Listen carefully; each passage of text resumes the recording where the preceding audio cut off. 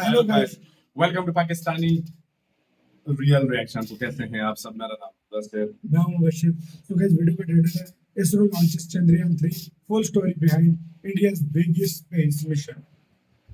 India का सबसे बड़ा स्पेस मिशन है, इसके पीछे की सारी कंप्लीट स्टोरी हम जानेंगे। इसरो ने जो चंद्रयान 3 लॉन्च किया, गेट सेट फ्लाई गौरव भैया का वीडियो काउंट करते हैं। हेलो फ्रेंड्स, मैं गौरव और 14 जुलाई 2023 इस डेट को मार्क कर लो, क्योंकि इसी दिन दोपहर के 2:35 PM को इसरो अपने सतीश धवन स्पेस सेंटर से चंद्रयान 3 मिशन को लॉन्च करने वाला है। और इस बार इंटरेस्टिंगली उनका मेन गोल ही सॉफ्ट लैंडिंग करना होने वाला है, जो चंद्रयान 2 के वक्त उन्होंने कोशिश किया था, मगर मिशन अनफॉर्चुनेटली फेल हो गया था। सिंपली स्पीकिंग, इस करंट मिशन पर वो ऐसे कंट्रोल तरीके से चांद पर लैंड करने की कोशिश करेगा जिससे उसके लैंडर को कोई डैमेज ना हो। और अगर इसरो इस मिशन को सक्सेसफुली एग्जीक्यूट कर पाता है और चंद्रयान 3 लैंडर के जरिए चांद के साउथ पोल की जांच जल्द से जल्द शुरू हो जाती है, तो भारत वो पहला देश बन सकता है जो उस डेटा से पृथ्वी के जन्म की रियल स्टोरी प्रैक्टिकली प्रूव करके दिखा पाएगा। सो अब सवाल ये आता है कि ये सब चंद्रयान 3 आखिर कैसे करेगा? उसके पास ऐसे कौन से सेंसर्स लगे हुए हैं और ये सेंसर्स मिशन के कोर ऑब्जेक्टिव्स के अलावा और क्या क्या कर सकते हैं? वेल, इन्हीं सभी सवालों के जवाब हम आज इस वीडियो में देने वाले हैं। फिलहाल के लिए बस इतना समझ लो कि चंद्रयान 3 का ये मिशन सिर्फ इंटरेस्टिंग ही नहीं बल्कि इक्वली चैलेंजिंग भी होने वाला है, क्योंकि सबसे पहले तो मून पर सॉफ्ट लैंडिंग करना ना मार्स पर सॉफ्ट लैंडिंग करने से भी ज्यादा मुश्किल है। एंड यस, वही मार्स जिस पर मून के कंपैरिजन में 33 टाइम्स ज्यादा क्रेटर्स हैं। Now wait, let me explain. So यहां पर देखो, जैसे आप देख सकते हो, पूरे दुनिया में 77 गवर्नमेंट स्पेस एजेंसीज है। उनमें से सिर्फ 11 कंट्रीज ने ही सक्सेसफुली मून मिशन किए हैं, बट सिर्फ 3 ही कंट्रीज ऐसे हैं, अमेरिका, रशिया और चाइना, जो अब तक लूनर सरफेस पर सॉफ्ट लैंडिंग कर पाए हैं। जबकि मार्स तो ज्यादा दूर है। उन पर जिन 5 कंट्रीज ने स्पेस मिशन किए हैं, उनमें से 2 कंट्रीज सक्सेसफुली लैंड किया है, यानी कि मार्स पर लैंडिंग का सक्सेस रेट हो गया 40% और वहीं पर लूनर सरफेस पर 27%। अब ऐसा इसीलिए क्योंकि देखो, जहां पर एवरेज एक स्पेसक्राफ्ट को मार्स पर पहुंचने के लिए 7 मंथ्स लगते हैं, वहीं पर मून पर स्पेसक्राफ्ट महज 3 दिन में पहुंच जाता है। सो अगर गलती से भी मून पर जाते वक्त स्पेसक्राफ्ट का पैथ किसी भी रीजन से डिफ्लेक्ट होता है, तो इतने कम समय में उसे मैन्यूवर करना, यानी कि कंट्रोल करना और उसके पैथ को करेक्ट करना ज्यादा डिफिकल्ट हो जाता है। टाइम कम है,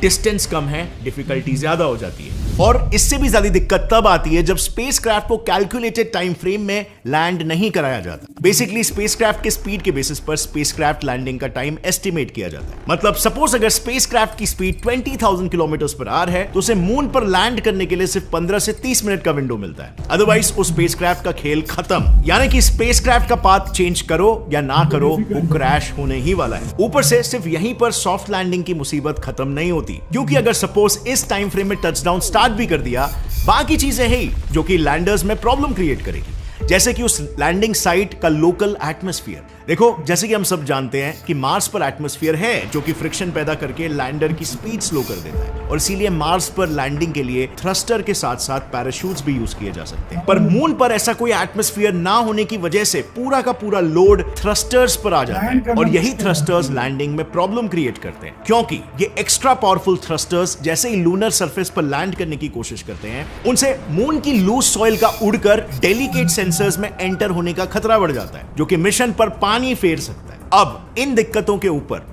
पिछले बार चंद्रयान 2 को लैंड जहां पर कराना था, वो एरिया था मून का साउथ पोल। अब मून के साउथ पोल पर ना स्पेसिफिकली पूरे मून के कंपैरिजन में ज्यादा क्रेटर्स, वैलीज और माउंटेन्स हैं। सो लैंडिंग के लिए एक स्वीट स्पॉट टारगेट करना और फिर एक्यूरेटली उसी स्वीट स्पॉट पर लैंडर को अर्थ से कंट्रोल करके लैंड कराना, ये अपने आप में ही एक काफी डिफिकल्ट काम है। इसके अलावा मून के साउथ पोल पर लैंड करते वक्त टेम्परेचर ड्रास्टिकली फ्लक्चुएट होता है, क्योंकि मून को अपने एक रोटेशन कंप्लीट करने के लिए लगभग 28 डेज लगते हैं, जिससे 2 हफ्तों तक सन को फेस किए हुए साइड का टेम्परेचर 120 डिग्री सेल्सियस तक पहुंच जाता है, और वहीं पर दूसरे साइड का टेम्परेचर -230 डिग्री सेल्सियस तक रहता है। और south pole, well, south pole इन दोनों रीजन्स का जंक्शन है।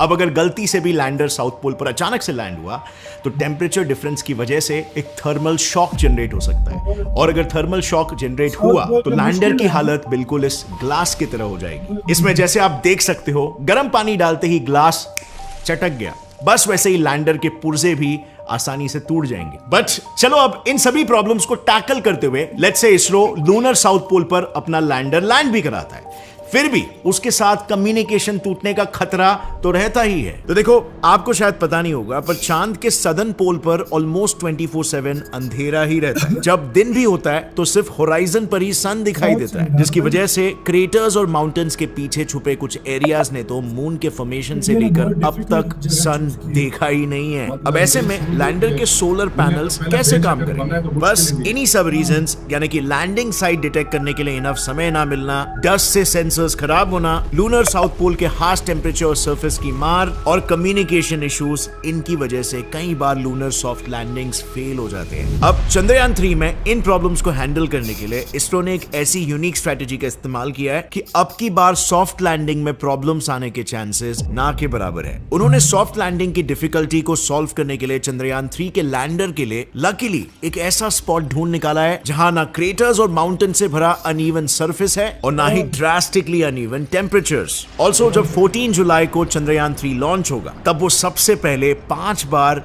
अर्थ के चक्कर काटते हुए अपना ऑर्बिट रेस करेगा, सो दैट वो एक ऑप्टिमल स्पीड तक पहुंच जाए। इससे होगा ये कि वो मून की तरफ किसी स्लिंग शॉट की तरह उड़ जाएगा, जिससे चंद्रयान 3 मिशन के इनिशियल फेज में ज्यादा फ्यूल यूज नहीं होगा और यही फ्यूल लैंडिंग के वक्त इस्तेमाल किया जा सकेगा। इसके बाद जब लैंडिंग का समय आएगा, तब भी इसरो ने एक यूनिक प्लान सोचा हुआ है। इसरो ट्रेडिशनल तरीके से डायरेक्टली लूनर सरफेस पर लैंड नहीं करवाएगा, क्योंकि एज आई सेड अर्लियर, इससे थ्रस्टर्स बहुत ज्यादा धूल उड़ा सकते हैं और उससे सेंसर्स खराब हो सकते हैं। सो इंस्टेड चंद्रयान 3 अपनी स्पीड को लैंडिंग से पहले ड्रास्टिकली घटाने और साथ ही लैंडिंग साइट को एक बार फिर से प्रॉपर्ली इंस्पेक्ट करने के लिए मून के अराउंड ऑर्बिट रिड्यूसिंग चक्कर काटेगा। यानी ऑल इन ऑल सिर्फ इन 2 स्टेप्स, यानी कि ऑर्बिटल मैन्यूवर्स और परफेक्ट लैंडिंग स्पॉट से चंद्रयान 3 सॉफ्ट लैंडिंग फेलियर्स के पहले 3 रीजंस को टैकल कर सकेगा। इसके बाद रही बात 4th रीजन की, विच इज कम्युनिकेशन इश्यूज, तो उसके लिए चंद्रयान 3 चांद की सतह पर जांच अपने रोवर से करने वाला है, अपने लैंडर से नहीं। और इंस्टेड वो अपने लैंडर को धूप में खड़ा रखकर उससे रोवर और पृथ्वी के बीच सिग्नल्स रिले करवाने वाला है। इसे थोड़ा और आसानी से समझने के लिए आइए सबसे पहले चंद्रयान 3 के आर्किटेक्चर को समझते हैं। देखो, अगर हम चंद्रयान 3 और उसके प्रीडिसेसर चंद्रयान 2 के आर्किटेक्चर को कंपेयर करें, तो हम देख सकते हैं कि इसके डिजाइन में कोई मेजर डिफरेंस नहीं है। इसमें भी 2 मॉड्यूल्स हैं, प्रोपल्शन मॉड्यूल और लैंडर मॉड्यूल, जिनका एवरेज वेट एक टाटा हैरियर या ऐसे किसी एसयूवी जितना है, और कुल मिला के पूरे स्पेसक्राफ्ट का वेट कुछ 3900 किलोज है, यानी कि एक हाथी जितना।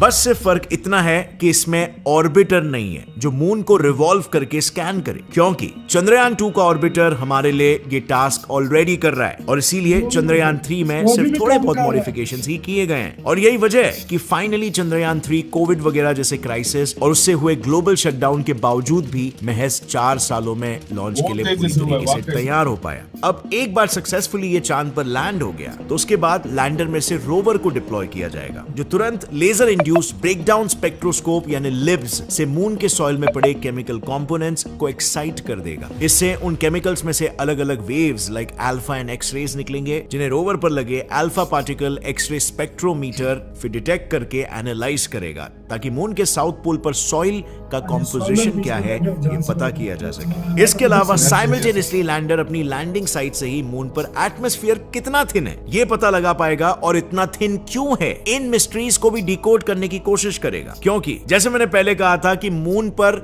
ना के बराबर एटमॉस्फेयर है। पहले तो लोगों को लगता था कि मून में एटमॉस्फेयर है ही नहीं, लेकिन रीसेंट स्टडी में मालूम पड़ा कि मून के 10 किलोमीटर ऑल्टीट्यूड तक एक बहुत ही थिन आयनोस्फीयर या सिंपली चार्ज पार्टिकल से भरा एक हल्का सा एटमॉस्फेयर का लेयर है, और जिसके एग्जिस्ट करने का एक्यूरेट रीजन अब तक किसी को नहीं मालूम। तो चंद्रयान 3 का लैंडर बेसिकली अपने रैम्भा और चेस्ट इन सेंसर्स की मदद से मून के आयनोस्फीयर के हीट कंडक्शन प्रॉपर्टीज और तापमान के बारे में हमें प्रिसाइज डेटा देगा। इसके अलावा मून पर अर्थक्वेक्स डिटेक्ट करने के लिए लैंडर पर इंस्ट्रूमेंट फॉर लूनर साइस्मिक एक्टिविटी यानी इल्सा डिटेक्टर फिट किया गया है, और लैंगमुइर प्रोब यानी एलपी भी लगाया गया है, जो सन से आती हुई प्लाज्मा वेव्स को डिटेक्ट कर पाएगा। यानी इन शॉर्ट, मून का एटमॉस्फेयर पूरी तरह से सूरज के पावरफुल रेडिएशंस का नतीजा है या फिर चांद के केमिकल कंपोनेंट्स का। इसका एक एग्जैक्ट आंसर हमारा चंद्रयान 3 पता लगा सकता है। लेकिन ये तो हुई सिर्फ लैंडर और रोवर की बात। इसरो ने प्रोपल्शन मॉड्यूल को भी टू इन वन के जैसे इस्तेमाल किया है। फर्स्टली उन्होंने इस पर स्पेक्ट्रोपोलैरिमेट्री ऑफ हैबिटेबल प्लैनेट अर्थ यानी शेप नाम का एक इंस्ट्रूमेंट इंस्टॉल किया है